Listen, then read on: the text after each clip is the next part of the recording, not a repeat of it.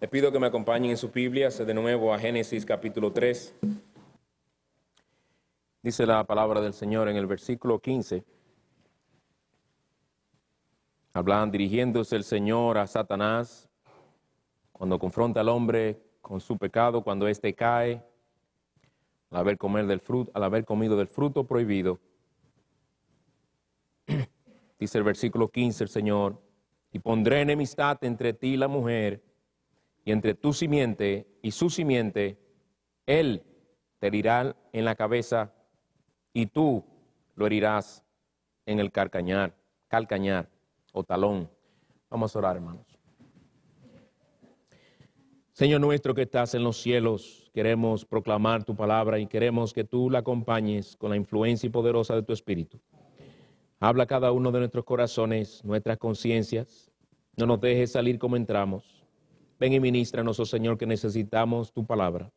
Fortalécenos según el hombre interior por medio de ella.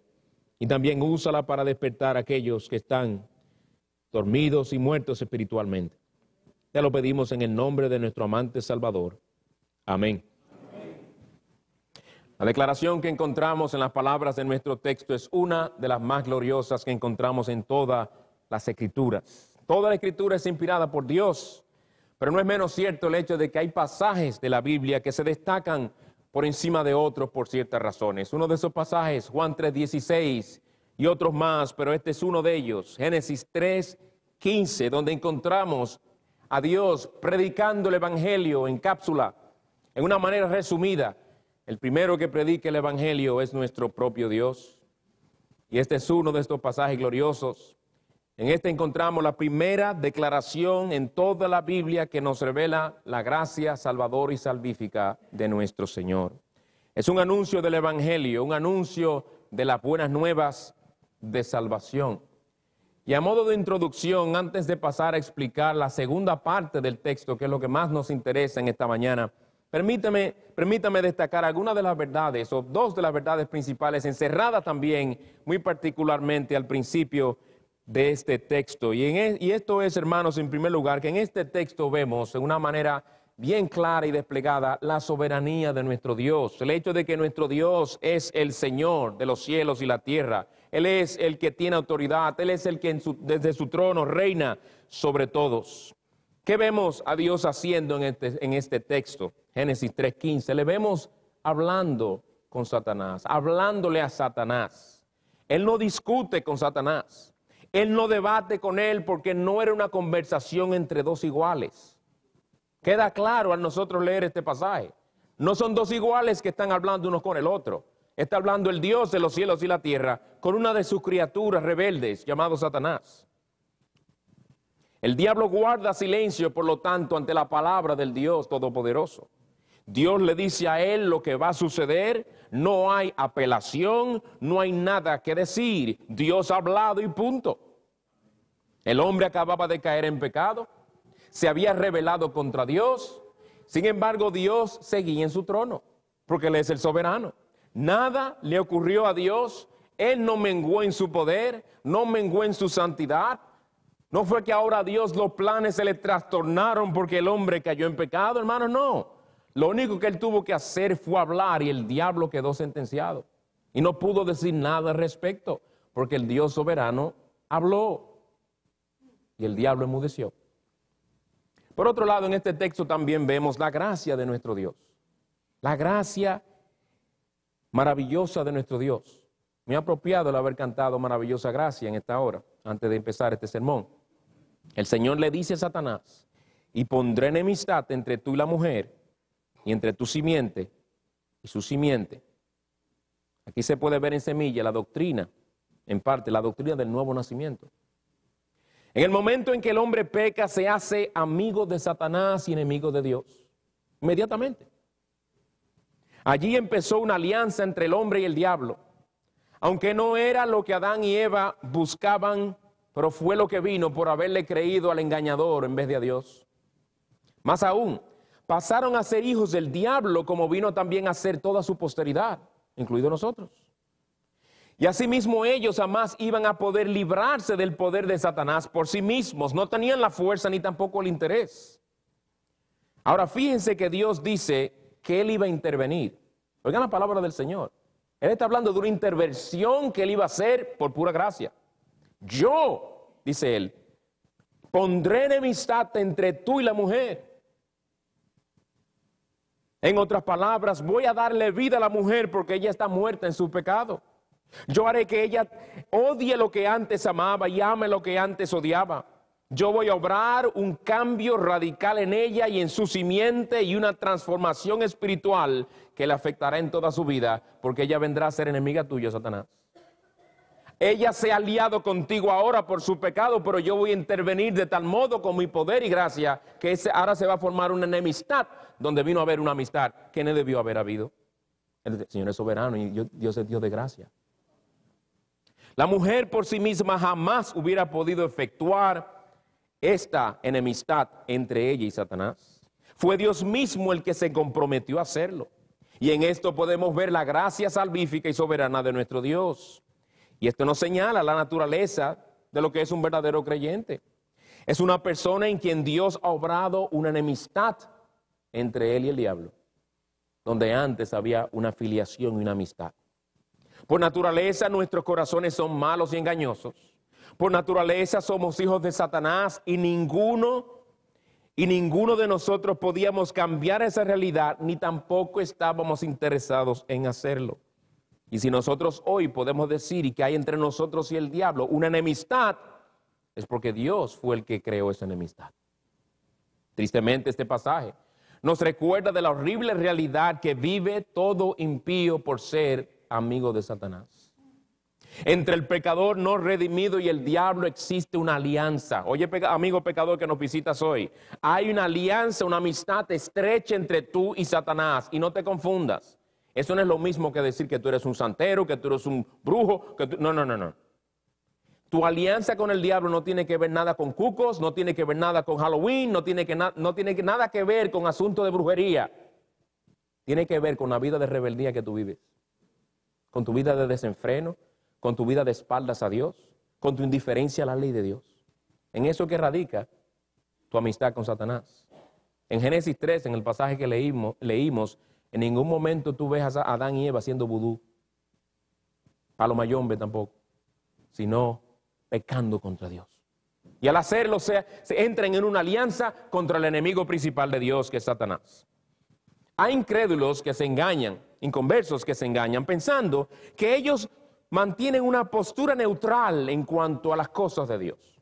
Ellos no están en contra de Dios, pero tampoco son, como ellos le llaman, muy religiosos. No existe esta realidad. El Señor dice que el que no es con Él está contra Él. O tú estás en Cristo o estás contra Cristo. Es una de las dos. No hay punto medio, no hay neutralidad al respecto.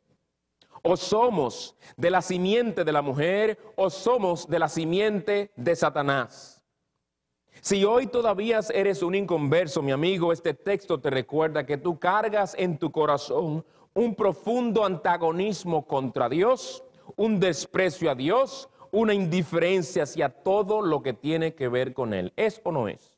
Dime si no es eso lo que tú experimentas en tu vida para con Dios y tu manera de pensar de Dios. Dios es algo que tú necesitas de vez en cuando.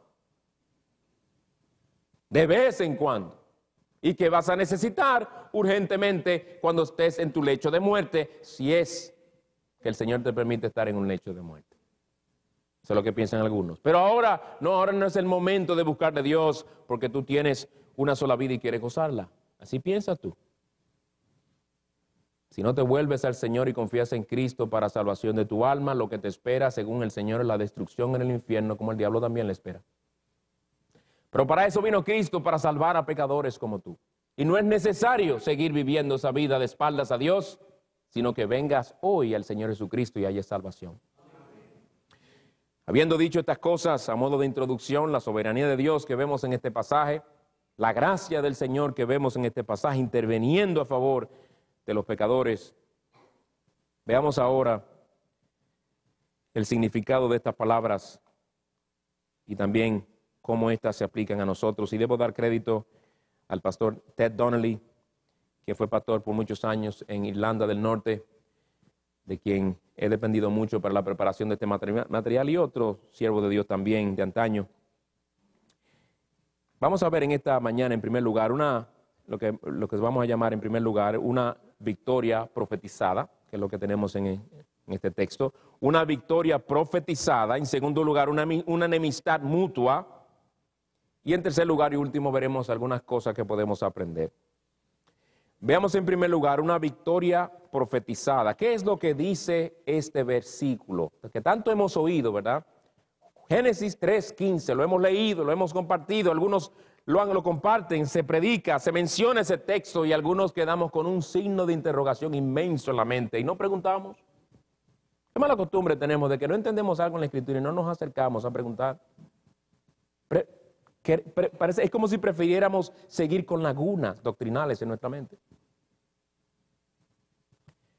Si simplificamos el contenido del texto, lo que dice es básicamente que hay una guerra, un conflicto y un número de batallas. Y una conclusión final, ¿verdad? Nos dice que va a haber hostilidad, enemistad y guerra. Y que hay dos partes en esta guerra.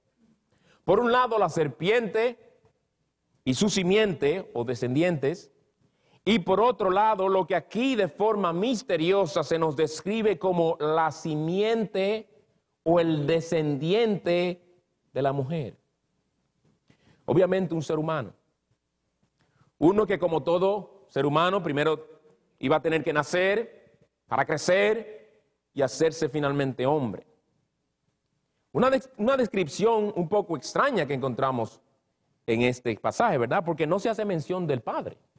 No dice, y la simiente del hombre, como el contribuidor aquí, ¿verdad? Sino la simiente de la mujer. ¿Quién será su padre? No se hace mención de él en lo absoluto. ¿Por qué habrá escogido el Señor expresarse de esa manera? ¿Por qué no dijo la simiente del hombre? ¿Qué es lo que el Señor habrá querido decir a esta persona cuando le dijo esto? Que habrá entendido el pueblo de Dios a lo largo de la historia. Ellos entendieron. Aunque había algo de misterio también al respecto. Y nosotros sabemos al vivir bajo el Nuevo Testamento que es la simiente de la mujer porque sería una virgen, ¿verdad? Y se nos dice también en este texto que en esta lucha habrá el descendiente de la mujer será herido y sufrirá. Pero se nos dice que a pesar de estos sufrimientos y por medio de estos sufrimientos, Satanás, la serpiente, sería aplastado y destruido. Porque al mencionar que él sería herido en la cabeza como serpiente, cuando uno pisa una serpiente en la cabeza y le aplasta la cabeza, esto representa la muerte de la serpiente. Es así que se mata una serpiente. Te la pisa por la cola, inmediatamente viene y le muerde el tobillo o el talón. Le pisa por el medio, inmediatamente ella reacciona y muerde. Pero hay que pisarle la cabeza para poderla matar. Y así se profetiza una victoria en este texto.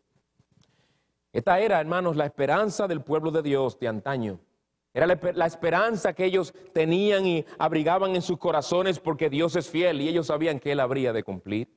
A lo largo de todo el Antiguo Testamento se puede ver que esta esperanza ardía en el corazón de los creyentes. Con cuánto gozo la misma Eva recibe a su primer hijo que le nace y exclama con alegría, dice, he adquirido varón con la ayuda del Señor. En Génesis 4:1. Y muy probablemente Adán y Eva pensaron que este puede ser la simiente de la mujer que el Señor prometió que habría de herir la cabeza de la serpiente. Pero hermanos, si lo llegaron a pensar, pocos años después se dieron cuenta que no era así. Porque en vez de traer vida, se convirtió en el primer asesino. Caín. Estoy hablando de Caín. Lejos de ser un Mesías, vino a ser el que mató a su hermano. Muchos años después, cuando Lamec tiene a su hijo Noé, él, de seguro con su mirada puesta en Génesis 3:15, dice, nos dará, cuando nace Noé, nos dará descanso de nuestra labor y del trabajo de nuestras manos por causa de la tierra que el Señor ha maldecido. Maldita será la tierra por tu causa. ¿Se acuerdan? Está haciendo referencia a eso. a la maldición de Dios. Y cuando ve a su hijo dice, este nos dará descanso, será su esperanza, de que este fuera la simiente prometida. Sí, Noé llegó a hacer una gran obra que resultó en la salvación y preservación de varias vidas. Pero este no era la simiente prometida. Y a lo largo de los siglos, hermanos, cada madre judía que daba a luz un varón probablemente se preguntaba, ¿será este la simiente que Dios prometió? Unos 500 años antes del nacimiento de nuestro Señor Jesucristo, por medio del profeta Isaías, el Señor da una profecía sobre el que vendría, sobre la simiente de la mujer, donde añade un elemento nuevo en la revelación que da a indicar exactamente por qué decía la simiente de la mujer y no menciona el nombre. Eso se encuentra, no tienen que buscarlo en Isaías 7:14, donde dice, aquí una virgen concebirá y dará a luz un hijo y le pondrá por nombre Emmanuel. Una virgen concebirá y dará a luz a un hijo. ¿Quién iba a poder perder esa señal? Pasarla de alto, pasarla por alto. Aquí se profetiza de nuevo la venida de la simiente de la mujer. Después de esto el pueblo continúa anticipando esa venida, ¿verdad? Pero además de ver en las Escrituras cómo el pueblo de Dios esperaba la simiente, hermanos, también podemos ver en las Escrituras el odio que Satanás tiene por esta simiente prometida. Haciendo uso de varios medios a lo largo de la historia del Antiguo Testamento, podemos ver, hermanos, cómo Satanás, de una manera u otra, trata de deshacerse de la simiente que Dios prometió. Porque él muy bien sabía lo que implicaría si venía esa simiente, él sería herido en la cabeza. Por ejemplo, en lo que vemos a el faraón de Egipto decretar en cuanto a que se maten los niños hasta cierta edad, en cierto momento dado, vemos algo muy inusual. Algo muy inusual, una decisión muy inusual que cualquiera puede haberla visto como, seguro él tenía algún propósito que no tiene nada que ver con... Hermanos, muy probablemente Satanás estuvo detrás de esto porque él quería matar a Moisés. Digo muy probablemente.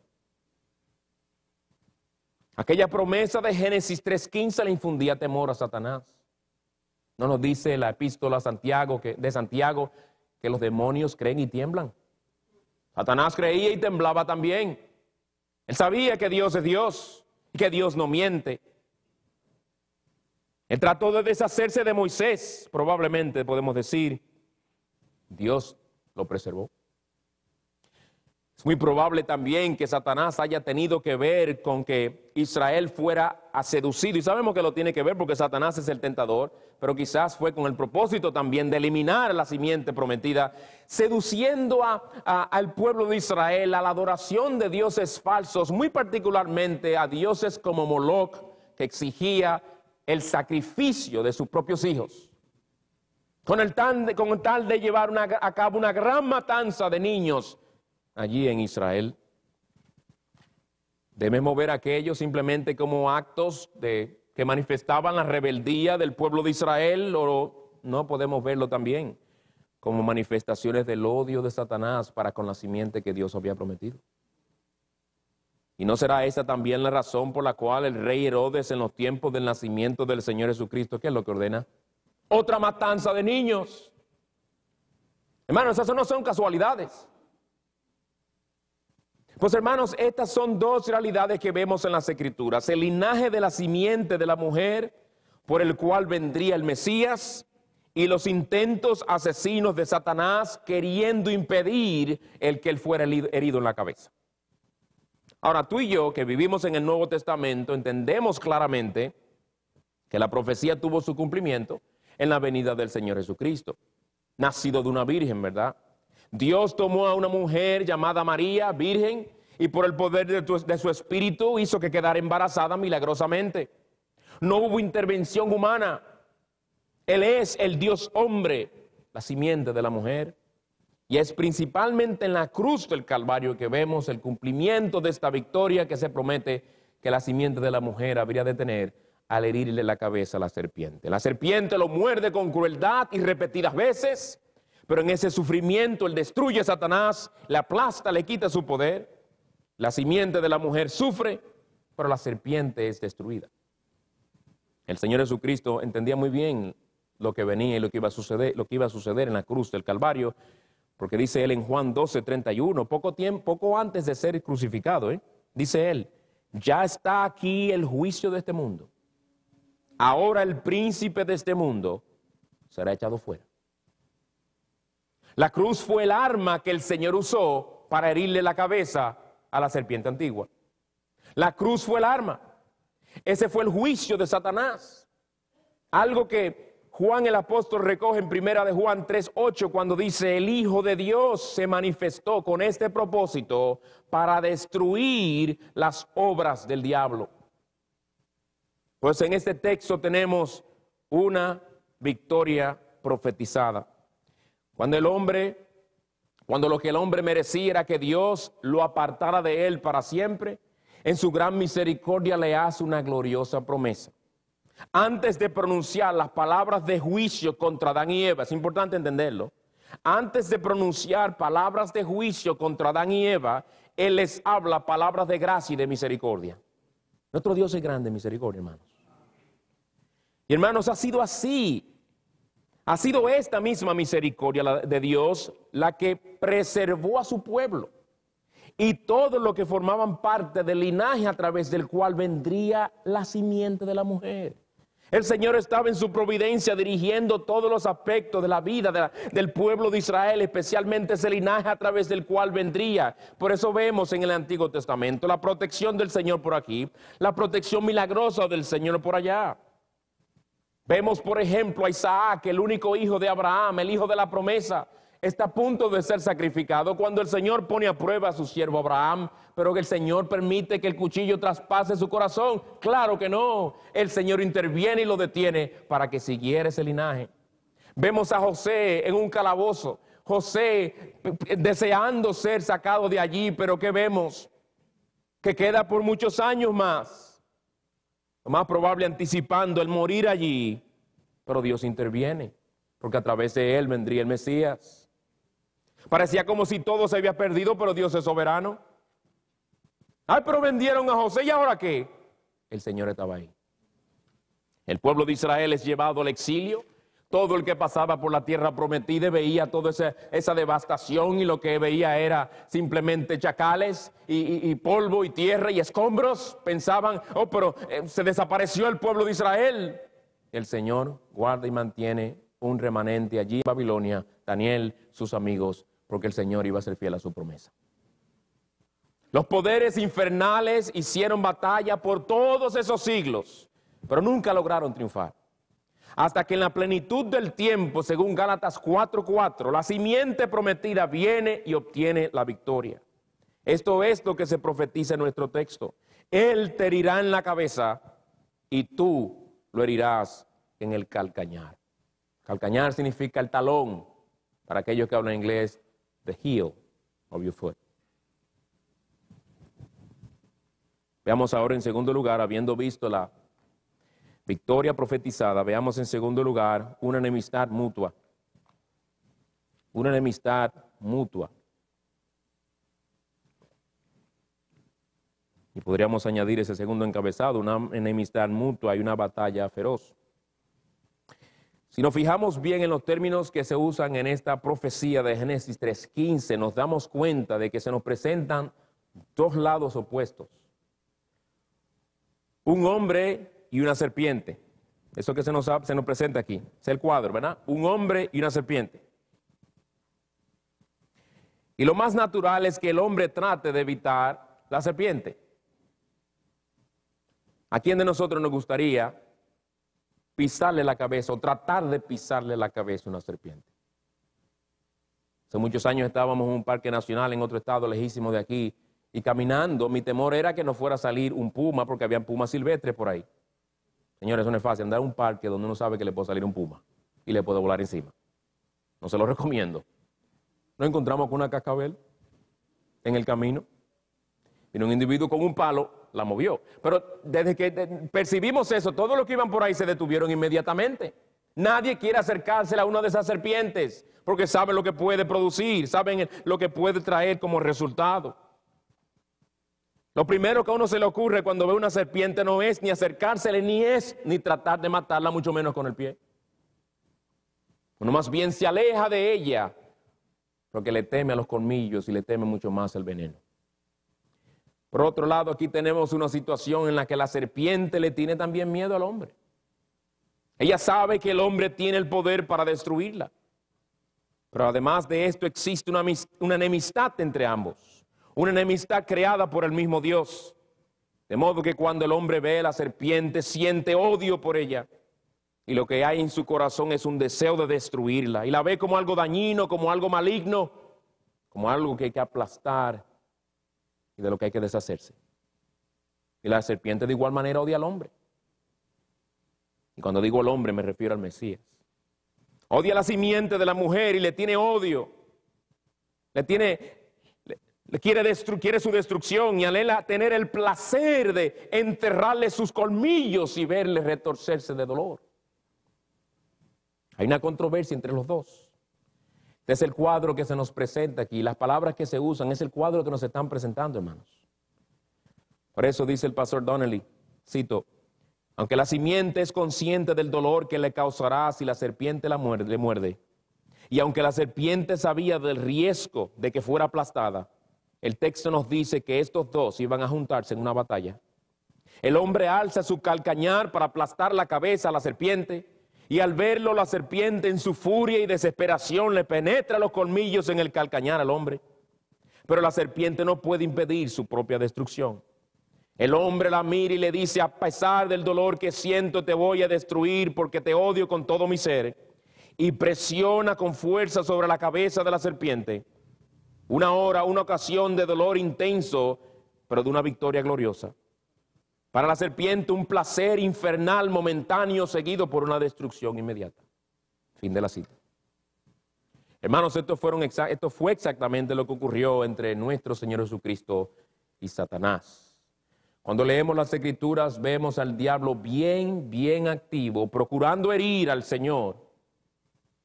Pero por otro lado, da señales de que él parecía como si quisiera librarse también de su propia destrucción.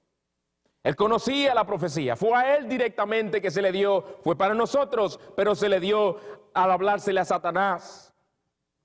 Él te herirá la cabeza. Él era muy consciente de lo que venía. Es como si Satanás hubiera estado dividido. ¿Quería él que Cristo fuera crucificado o no? Había un sentido en el que sí, hermanos, él quería que fuera crucificado, él quería que él fuera humillado, él quería que él fuera muerto. Él veía la crucifixión como algo en lo que él iba a poder gozarse al arremeter contra el Señor por medio de aquellos medios humanos, instrumentos humanos. Por manos de impíos. El diablo se deleitaría en burlarse de esta manera del Señor a quien odiaba con todo su ser. Una de las cosas que nos confirman que el diablo quería que el Señor fuera crucificado es el hecho de que se nos dice que él entró en Judas y lo que llevó a Judas a hacer.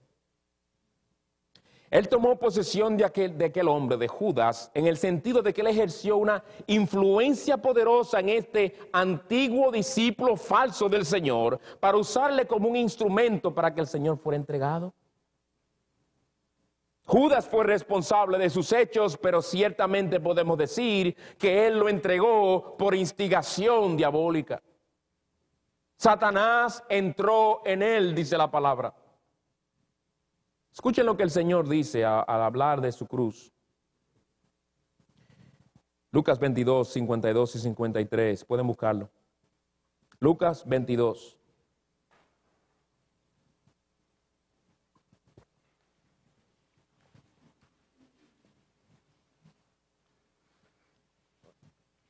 Dice Isaías 53 que el Señor quiso herirlo, quiso quebrantarlo, ¿verdad? Afligirlo. El Señor fue entregado, el Señor Jesucristo fue entregado por su Padre. El Señor Jesucristo voluntariamente se entregó, pero hermanos, las Escrituras nos enseñan otro aspecto que no debemos olvidar, y que es que también la mano de la serpiente antigua estuvo involucrada en herir el calcañar del Señor en la cruz del Calvario. Y eso es lo que estamos viendo ahora. Lucas 22, 52 y 53. Entonces Jesús dijo a los principales sacerdotes, eso fue cuando lo fueron a arrestar, y a los oficiales del templo y a los ancianos que habían venido contra él: ¿habéis salido con espadas y garrotes como contra un ladrón? Cuando estaba con vosotros cada día en el templo, no me echasteis mano. Pero esta hora y el poder de las tinieblas son vuestros. Ustedes no me toparon a mí en ningún momento cuando yo estuve por ahí moviéndome. ¿Y ustedes saben por qué lo están haciendo ahora? Porque esta hora, esta ocasión, este momento ahora, el poder de las tinieblas está a vuestra disposición. El diablo los está usando ustedes como el instrumento para herirme en el calcañar. El Señor era claro, él estaba consciente de lo que estaba pasando. Se lo dijo a ellos y no entendían seguro. Pero a la misma vez vemos en las Escrituras que Satanás también, por otro lado, lo que es paradójico, temía lo que el Señor fuera a hacer, porque él conocía la profecía. No sabemos cómo, pero el diablo sabía que el Señor Jesucristo iba a hacer algo poderoso en la cruz. Iba a hacer algo poderoso en la cruz.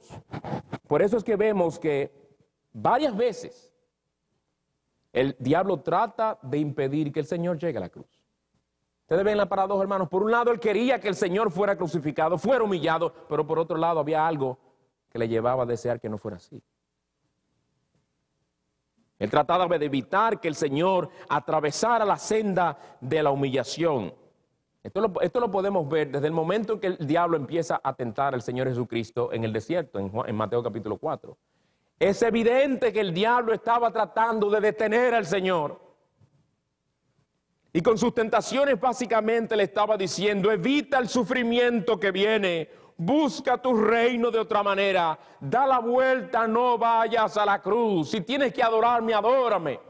Si tú quieres que te entregue todos los reinos, mira, de la tierra yo te lo entrego, no busques tu reino en otro sitio, tu reino está aquí, ven, quédate aquí tranquilo.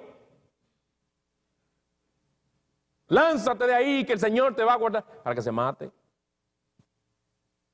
Con tal que no llegue a la cruz. En Mateo 16, el Señor Jesucristo le está diciendo a sus discípulos de cómo a él lo iban a tomar en Jerusalén, cómo lo iban a maltratar, cómo le iban a causar su muerte. Pedro, podemos decir muy bien intencionado, reprende al Señor, como sabemos. En su impulsividad, le dice al Señor: no lo permita Dios, Señor. Con lo cual le dice: Señor, no, ni se te ocurre tal cosa. ¿Cómo tú vas a decir una cosa así? Tú morir en la cruz, ¿cómo va a ser? No, Señor, que jamás Dios permita que una cosa como esa ocurra. Y las palabras que el Señor le dice a Pedro, hermanos, ponen a temblar a cualquiera. Las palabras más fuertes que yo creo que el Señor le dijo a sus discípulos: quítate de delante de mí, Satanás, le dijo él a Pedro. ¿Por qué fue que le dijo eso a Pedro? Porque a Pedro se le pasó la mano en lo que le dijo al Señor. No principalmente, no. Sí, se le pasó la mano y grandemente. Pero no fue principalmente por eso que le dijo Satanás, porque él pudo haberle dicho: quítate delante de mí, Pedro. Por al decirle Satanás, nos está comunicando que el Señor olió a la serpiente por ahí. Que el Señor oyó el susurro, el silbido de la serpiente detrás de la declaración de Pedro. Porque Pedro estaba diciendo básicamente: Señor, evita la cruz. Y Señor, como sabe que Satanás, que no quería que llegara, detecta a Satanás detrás de esa declaración. Y lo llama por nombre. Pero también vemos lo que podría llamarse el último intento de Satanás por llevar al Señor Jesucristo a desistir de llevar a cabo su obra gloriosa y poderosa en la cruz del Calvario. Porque mientras el Señor está colgado sobre aquel madero, mientras el Señor está sangrando y sufriendo allí en aquella cruz, en Lucas 33, versículos 35, 37 y 39, leemos 3 veces que el Señor le dicen algo y es lo mismo, con lo cual le estaban diciendo, Señor, líbrate de eso. Los gobernantes le dicen, si eres el rey de los judíos, sálvate a ti mismo. Los soldados le dicen, sálvate a ti mismo. Y uno de los ladrones colgados a su lado le dice, sálvate a ti mismo. Y esta puede verse, hermanos, como la última tentación de Satanás, diciéndole, tú tienes el poder, tú eres el Hijo de Dios. Para ti nada es imposible. Tú le dijiste a un hombre que ya tenía varios días muerto, levántate, y ese hombre se levantó. Tú caminaste sobre el mar. Tú a un paralítico le dijiste, toma tu camilla, levántate y anda, y el hombre anduvo. Tú le dijiste a ciegos que vieran y tuvieron la vista. Tocaste a un leproso y dijiste tu palabra y enfermos fueron sanados, leprosos fueron limpiados. Bájate de esa cruz que tú tienes el poder para hacerlo. Si tú eres el Hijo de Dios, muéstraselo, que tú lo eres, bájate de esa cruz. El Señor no se baja, ¿no? Es como si el diablo le dijera a Jesús, no es demasiado tarde todavía. Todavía no es demasiado tarde. Sálvate a ti mismo. No me hagas morderte. Cruza al otro lado, aléjate de mí. Con mi mordida te va a herir. Claro, no era por amor al Señor, era por amor a sí mismo. Y hermano, siendo que el Señor era completamente hombre, quiere decir que Él sentía todo aquel dolor, lo sabemos. Aquel dolor no fue ficticio. Aquel dolor no fue una imagen, una representación para darnos a entender lo mucho que nos amaba. El dolor fue real. Él nació de una mujer con un cuerpo 100% hombre, con nervios, carne, tendones, huesos que funcionaban al igual que el tuyo y el mío. Nervios que le hacían sentir dolor.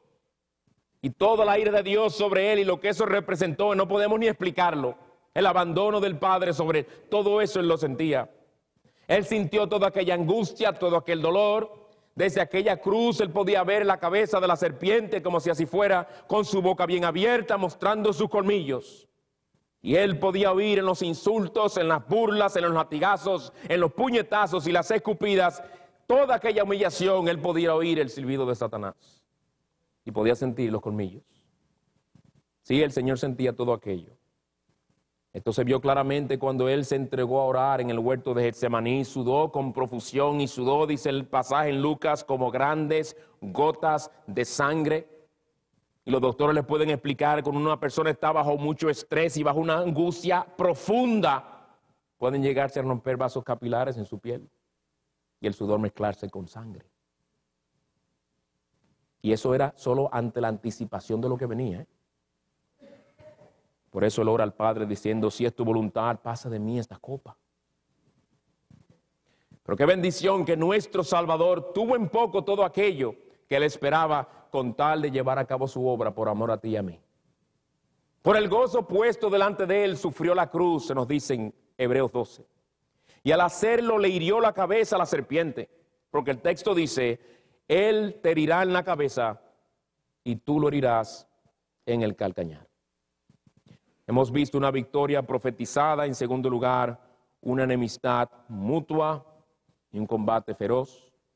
Veamos por último algunas de las cosas que podemos aprender de aquí.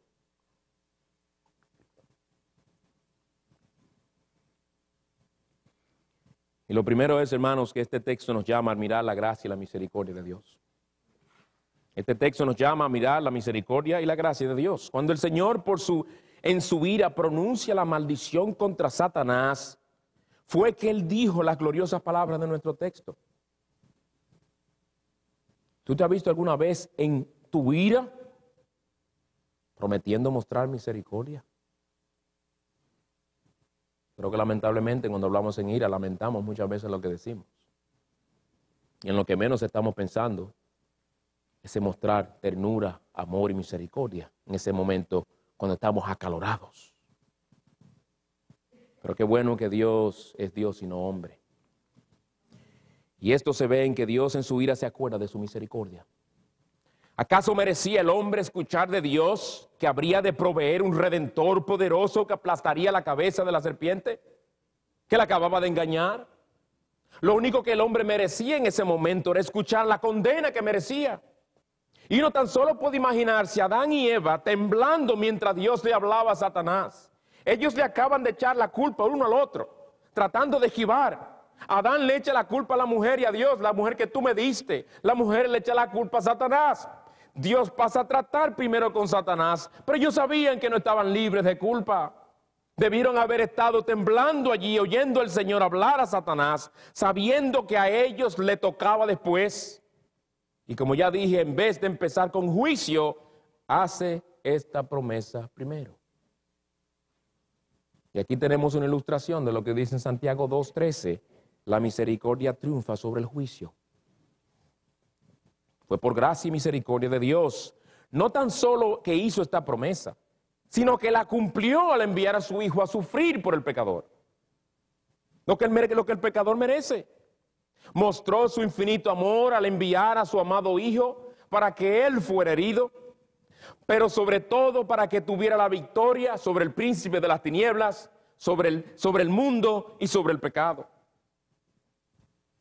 En Colosenses 2:14 se nos dice, y habiendo, hablando de Jesús y su obra, habiendo cancelado el documento de deuda que consistía en decretos contra nosotros y nos era adverso, y lo ha quitado de en medio, clavándolo en la cruz, habiendo despojado los poderes y autoridades, hablando de los demonios y del diablo, hizo de ellos un espectáculo público, triunfando sobre ellos por medio de él. Cuando más débil lucía nuestro Señor, era que estaba llevando su obra más poderosa, ¿verdad? Por medio de esa obra poderosa, Él compró con su sangre una multitud innumerable de hombres, mujeres y niños de toda tribu, nación y lengua, que estarán por siempre adorándole en su presencia especial en los cielos. Mi amigo inconverso, el que envió a su Hijo a morir la muerte de cruz, esta misma mañana te llama a mirar en esta obra su gran misericordia. Al igual que Adán en el momento en que Dios declaró esta promesa, tú eres también un pecador culpable delante de Dios. Al igual que Adán, tú estás tratando de esconderte de Dios detrás de tus árboles. Estás tratando de esconderte de Dios detrás de tus excusas, detrás de tus supuestas dudas. Yo no niego la existencia de Dios, pero tengo mis dudas. Te escondes detrás de ese árbol para no reconocer que Dios es tu creador, que tú le debes toda tu vida a Él y de que tú tienes un problema con Él que solo Cristo puede resolver. Pero mientras tanto tú lo pones en pausa. Yo tengo mis dudas. Pero qué interesante que jamás tratas de que se te aclaren esas dudas. Tú no buscas que nadie te las aclare. Porque tú prefieres mantenerte escondido detrás de eso. Pero Dios te ve. Tú no te le escondes a Dios. Tú te escondes detrás de tus muchos quehaceres. Estoy demasiado ocupado para venir a la iglesia. Tú te escondes detrás de tu religiosidad hueca y vacía. Tú sabes que vienes a la iglesia muchas veces por cumplir o por cualquier razón menos porque quieres adorar a Dios y escuchar su palabra. Tú vienes a calentar un banco, tú vienes a cumplir, tú vienes a tranquilizar tu conciencia de vez en cuando porque hace mucho que no voy a la iglesia. Pero Dios siempre te encuentra. Es más, Él no tiene que irte a buscar porque Él siempre está ahí. Él no tiene que andar buscándote. Él siempre está ahí. Y al igual que Adán, Él te dice que has pecado y te ha llevado a entender muchas veces por medio de su palabra que tú estás mal con Él. Oye, te lo está diciendo otra vez hoy. Pero al igual que hizo con Adán, Él te habla del Redentor y te lo vuelve a hacer hoy otra vez. Hoy, al oír esta palabra predicada, este es tu Génesis 3:15 otra vez. Tú estás bajo la ira de Dios. Dios está enojado contigo por tu pecado. La misma situación de Adán. Tú estás bajo la culpa y condenación del pecado. La misma situación de Adán. Y Dios te dice, no que Él enviaría a uno que aplastaría la cabeza de la serpiente, que Él ya lo envió. Cristo Jesús. Amigo, reconcíliate con Dios. Él es un Dios santo que odia el pecado, pero es también un Dios de gracia y misericordia, que se goza. Oye, una de las cosas que más gozo le da a Dios es perdonar a un pecador. Dice la Biblia que hay gozo en los cielos cuando un pecador se arrepiente. Él envió a su Hijo a morir en la cruz para poder perdonar a pecadores como tú. No dejes que termine el día sin pedir al Señor que te salve de la culpa de tus pecados y de tu condenación. Hermanos en Cristo, ahora me dirijo a ustedes. Este texto también debe llevarnos a alabar a Dios por su gracia y su misericordia para con nosotros, por su infinito amor. ¿Tú no sabes esto? Que cuando Él hizo esta promesa en el jardín del Edén, Él te tenía en mente a ti. El hombre acababa de rebelarse contra Él y se acaba de aliar con Satanás, y Dios inmediatamente interviene con su gracia para que tú no fueras condenado. Y el Señor Jesucristo vino y cumplió esta promesa en la cruz del Calvario. Sin embargo, hay algo que debo decirte y debemos entender. Lo que nuestro texto nos dice que el Señor Jesucristo haría en Génesis 3:15, lo que haría con Satanás, no ha tenido su cumplimiento final y perpetuo todavía. Obviamente que no. Sí, el Señor triunfó contra Satanás en muchos sentidos, pero hay otro sentido final en el que Satanás todavía está por ser derrotado final y eternamente el día del juicio, ¿verdad? Pero mientras tanto, como sabemos muy bien, Satanás está vivo todavía y muy activo también. Lo que ese texto nos dice entonces, en un sentido, es también una ilustración, si fuéramos a sacar una aplicación indirecta.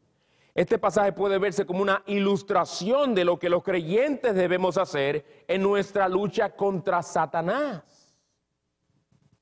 Entendamos que el Señor nos dice en su palabra en el libro de Hebreos que ninguno de nosotros los creyentes hemos luchado contra nuestro pecado hasta el punto de derramar sangre. A veces somos muy flojos en la manera en que tratamos con nuestro pecado. Y el Señor en la cruz del Calvario, según se profetiza y según sabemos se cumplió, no trató suave con Satanás. Ni tampoco trató suave al sufrir todo lo que sufrió para salvarnos a nosotros de nuestro pecado. No fue suave. No fue cualquier cosa. Nosotros en nuestra lucha contra nuestro enemigo, el diablo, tenemos que herirle la cabeza por el poder de Dios, aunque esta batalla nos cueste dolor, porque nos va a costar dolor. Pero nuestro llamado es aplastarlo en el poder del Señor. Una de las cosas que el Señor logró en la cruz del Calvario es que al salvarnos nos da el poder para nosotros vencer a Satanás, para nosotros ir en contra de sus tentaciones, para nosotros permanecer firmes a pesar de sus tentaciones, porque el Señor nos da el poder y la gracia. Lo preocupante es que hay cristianos que no están luchando contra el diablo, el pecado y el mundo como debieran porque temen el sufrimiento que les costará. El diablo les susurra, sálvate a ti mismo. No hay necesidad de sufrir por ser tan estricto en esa área de tu vida. ¿Por qué ser tan estricto? Cuando hay tantas personas que dicen que son cristianos y están de vez en cuando disfrutando sus placeres por ahí, aunque sea en secreto, pero disfrutan sus placeres. ¿Por qué tú vas a ser diferente? ¿Por qué? ¿Por qué exigir tanto de ti mismo y ser tan estricto contigo mismo? De todos modos, tú te estás absteniendo de cosas que son normales para el ser humano, son deseos a veces naturales y emocionales, que todo ser humano tiene que también desahogarse de alguna manera. Sálvate a ti mismo del dolor y el sufrimiento. Sigue a tus amigos en lo que ellos hagan, porque ir en contra de ellos tú sabes que te puede traer sufrimiento. Reprender a aquel por ser boca sucia te puede traer sufrimientos. Reprender al otro por ser mentiroso, ten cuidado que te trae sufrimientos. Mira cómo te mira esa muchacha. Mira cómo te mira cuando percibe que tú estás tratando de reprenderla o señalarle alguna falta. Mira cómo te mira. Te está diciendo de antemano, te voy a morder. No te atrevas. No me juzgues. Entre paréntesis, esa persona que le encanta decir no me juzgues, ¿saben por qué es? Porque ellos no quieren, ellos es como un compromiso. Yo no te condeno a ti, tú no me condenas a mí. Vamos a dejarnos tranquilos. Déjame vivir mi vida como yo quiero, muchas veces en rebelión contra el Señor, cometiendo mis cosas secretas por ahí. No te atrevas tú a señalarme porque yo no te señalo a ti.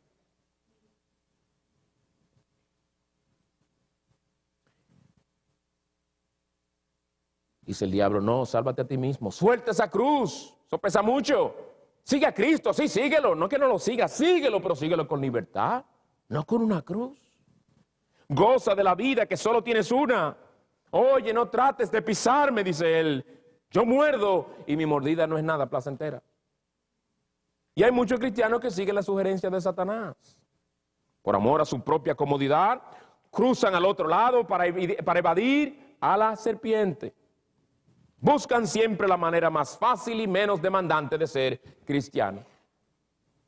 Pero el cuadro que el Señor nos presenta en este pasaje, aunque de forma indirecta, nos dice algo de la manera en que nosotros debemos tratar con el pecado y el diablo en nuestras vidas, porque Él es nuestro patrón. Este pasaje no nos llama a salvarnos a nosotros mismos de sufrimientos y persecución, sino a negarnos a nosotros mismos, a tomar nuestra cruz y a seguir a Jesús. Tomemos, por ejemplo, nuestro crecimiento en santidad. ¿Cómo podemos crecer en santidad nosotros? ¿Cómo vamos a poder tener victoria en nuestra lucha contra el pecado, contra nuestros pecados más fuertes? En el mundo cristiano hoy a muchos se les ofrece muchas maneras de crecer en santidad que no son dolorosas, sino inspiradoras. Pero en realidad, hermanos, no existe una manera de crecer en santidad que sea cómoda y placentera. ¿Tú sabes de alguna? ¿Tú sabes de alguna manera de tratar con el chisme en tu propia vida que no te duela? ¿Tú conoces de alguna manera de arrancarte el ojo derecho y echarlo de ti cuando te está haciendo ocasión de caer? Te es fácil luchar contra las tentaciones a la inmoralidad sexual, hermano varón, principalmente. Es simple, es un fly al catcher, como dicen. Es un viaje, es un picnic, el tratar con esa clase de pecados que por todas partes nos bombardean. Dime si es fácil. Si tú quieres ser fiel al Señor, no va a ser fácil. Pero hay otros estilos de tratar con esas cosas que son fáciles, pero nos manchan la conciencia de culpa delante del Señor. Nuestro pecado remanente es como una serpiente, hermanos, y venenosa. Tiene colmillos. Y la única manera en que el Señor nos llama a tratar con nuestro pecado es aplastándolo y matándolo. Por eso en Romanos capítulo 8, versículo 13 se nos dice: si por el Espíritu hacéis morir las obras de la carne, viviréis. A las obras de la carne, al pecado, el Señor dice: mátalo, con eso no se juega. El Señor nos habla en su palabra, en el libro de Romanos también, que el creyente ha crucificado la carne con sus pasiones y deseos. Está crucificado. Y sí, un crucificado muchas veces duraba varias horas para morir, pero cada hora que pasaba estaba más débil. Y así es la realidad del pecado remanente. Eso es clavo con él inmediatamente, crucifícalo. Que se desangre hasta que se muera, que se vaya debilitando. Pero el pecado en el creyente no puede fortalecerse. ¿Qué es eso? Debe alarmarnos si vemos que el pecado se está fortaleciendo en nosotros. Y eso debe llevarnos inmediatamente a orar al Señor. Colosenses 3:5 dice: considerad los miembros de vuestro cuerpo terrenal como muertos a la fornicación, la impureza, las pasiones, los malos deseos y la avaricia. ¿Qué relación tiene un muerto en ese cementerio con las tentaciones a la pornografía, por ejemplo? Con las tentaciones a la mentira, a cualquier otra cosa. Nada. El Señor nos dice aquí, mira, en lo que respecta a la fornicación, impureza, pasiones, malos deseos y avaricia, considera a los miembros de tu cuerpo muertos a esas cosas. No tienen nada que ver con eso. Lejos de esas cosas. Estos pasajes nos llaman, hermanos, a dar muerte a nuestros pecados. Nos llaman a quitarle la vida. Nos llaman a aplastarlos. Pero no olvidemos que nuestros pecados tienen colmillos y nos van a morder. Nos van a causar sufrimiento y mucho dolor. La carne nos va a gritar que no le quitemos eso. Se lo vamos a tener que quitar a la fuerza. Sí, luchar con el pecado duele. Duele. Si tú dices que tú eres un cristiano y tú no tienes luchas, cuestiónate. Seriamente, cuestiónate. Jóvenes que dicen que son cristianos, tú tienes luchas. ¿Con qué? Con levantarme de la cama, con ese edificio. No, yo no estoy hablando de eso. Lucha con tu pecado. Literalmente, cosas que tú dices: Señor, ayúdame en esta lucha, que es difícil, dame la gracia. Tú estás luchando así. Porque si no hay lucha, no hay vida. No hay vida. No es una labor placentera, pero es una señal de vida. Pero Satanás viene y nos susurra, ¿para qué molestarte en esa lucha con eso? ¿Ya Cristo te perdonó o tú no lo crees? ¿Tú no crees tú crees que Él te va a condenar por una mentira o por un acto de inmoralidad aquí y allá que tú cometas? Él te salvó ya. Él es fiel. ¿No te acuerdas que aquel predicador que te llamó al frente, que después de levantar la mano, oró contigo y te dijo, jamás dudes que tú eres un cristiano? Sí, pero que yo no veo esa lucha, ni ese deseo de ser agradable al Señor. Yo no creo que tengo vida espiritual. No, no dudes. Si dudas, pecas contra el Señor. Ese asunto de vivir una vida de santidad, déjale ese asunto a los puritanos del siglo XVI y XVII. Esa gente que no tenían televisión. Estamos en otros tiempos. ¿Para qué esforzarse tanto por corregir todas las áreas de tu vida? ¿Tú sabes que los cristianos tienen sus áreas débiles? ¿Qué cristiano no tiene su área débil? Ponte unas botas para que no sienta las mordidas en caso de que me pises sin querer.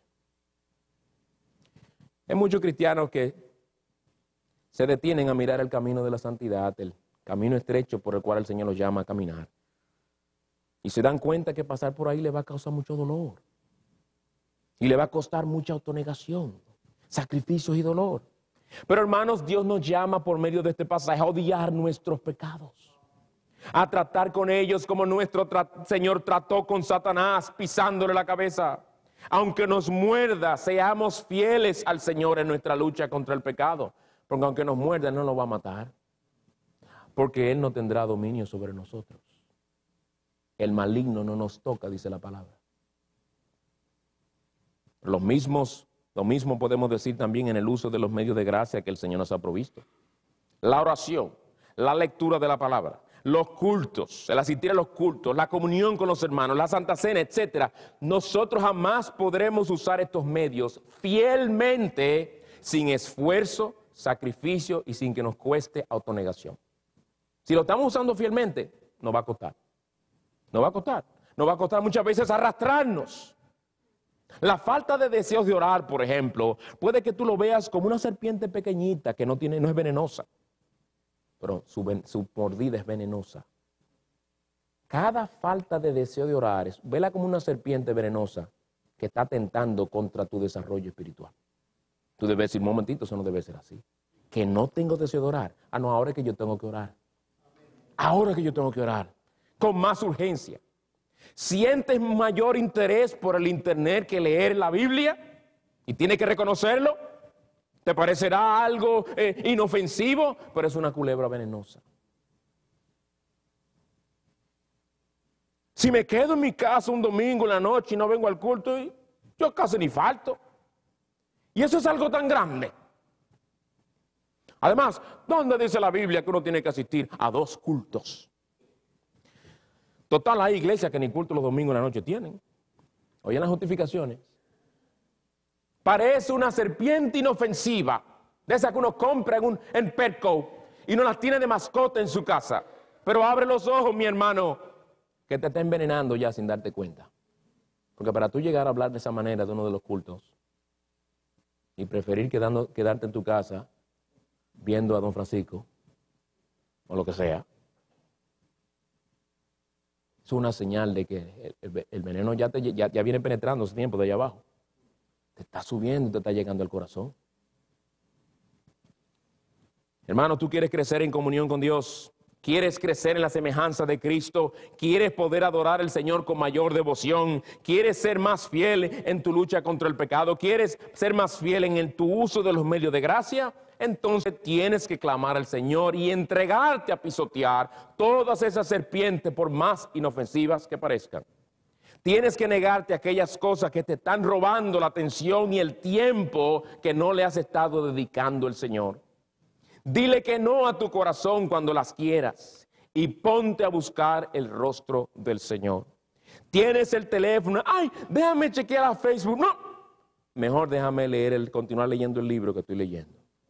Mejor déjame leer las Escrituras mientras espero en esta línea que estoy comprando en este sitio. Hay mucha gente por delante. ¿Qué me va a edificar más? ¿Cuál será un uso más productivo y más fiel de mi tiempo? ¿Cuál de los usos me permitirá llegar al Señor al final del día como obrero que no tiene de qué avergonzarse? Hojeando las sandeces que mucha gente pone en Facebook. Hace poco quité otro individuo porque toda la foto era de él así, cuadrado, luciendo.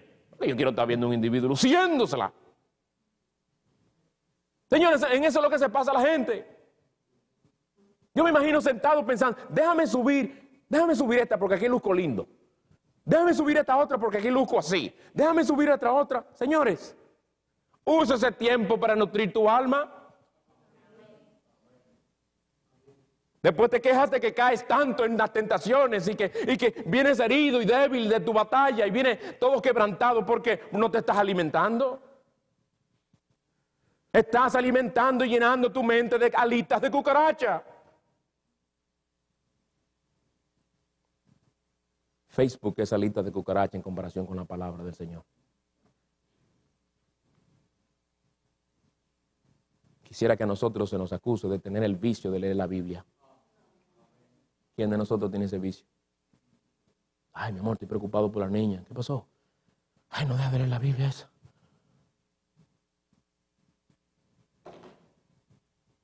Padre, tengan cuidado con sus jóvenes y sus jóvenes andan así todo el tiempo. Si tú me dices que están leyendo y edificándose, bien, amén, que sigan.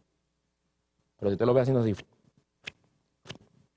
está pasando una cosa tras otra. No es que nunca lo hagan.